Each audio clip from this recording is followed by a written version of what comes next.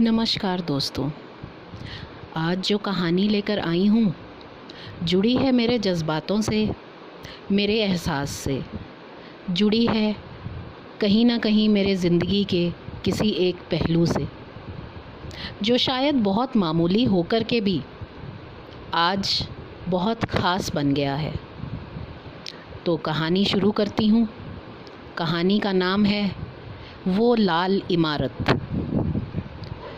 सुना था, पढ़ा था कि जीवित वस्तुएं एहसास कर सकती हैं, यादें दे सकती हैं, भावुक कर सकती हैं, लेकिन ये नहीं सोचा था कि ईंट पत्थर से बनी इमारतें भी वो यादें, वो एहसास दे सकती हैं जो जीता जागता हाड़ मांस से बना इंसान दे सकता है।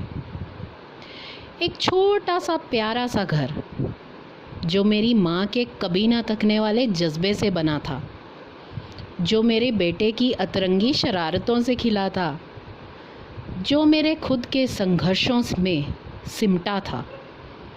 वो घर जो शायद मेरे पति के स्नेह और दुलार के बिना मकान था। ठीक उसी मकान जिसे हमारी संवेदनाओं ने घर बना रखा था, उसके सामने एक लाल इमारत भी थी। वो लाल इमारत मानो पल पल हमारी आती जाती सांसों के साथ सांस लेती थी। हर सुबह हमारे जागते ही मानो वो इमारत अपनी चहल पहल से हमें जगाती हुई सुप्रभात कहती थी। उसमें लगे वो लाउड स्पीकर, उनमें से इंग्लिश में आती आवाज़ गुड मॉर्निंग स्टूडेंट्स जैसे हमें अनजाने में किसी जोश से भर देती थी। प्रातःकाल की सभा मानो हमें भी देशभक्ति में, सृष्टि के मालिक की वंदना में सराबोर कर देती थी।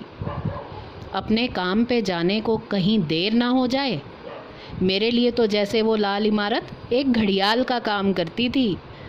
राष्ट्रगान के साथ ही घर छोड़ जिम्मेदारी निभाने अपने काम पर निकल पड़ती थी मैं। हम सबके चले जाने के बाद मेरी माँ का अकेलापन भी दूर किया करती थी वो लाल इमारत। कभी ग्राउंड में खेलते बच्चों का शोर, कभी मास्टर जी की सीटी, कभी सांस्कृतिक प्रोग्रामों की तैयारी, ये सब मिलकर मानो मेरी माँ का मनोरंजन किया करते थे। बारिश हो तो वो लाल इमारत बारिश के पानी में नहाकर और लाल हो जाती थी। रात जैसे ही होती थी तो उस इमारत की बड़ी बड़ी लाइटें चारों ओर से जगमगाती थी। हमारी दिनचर्या का अटूट हिस्सा थी वो लाल इमारत। हमारे एहसासों से जुड़ी थी वो लाल इमारत। मेरे घर के सामने खड़ी वो लाल इमारत आज सुप्रभात नहीं कहती। वो लाउड स्पीकर की आवाज़ चुप हो गई है। वो प्रार्थना सभा अब नहीं होती।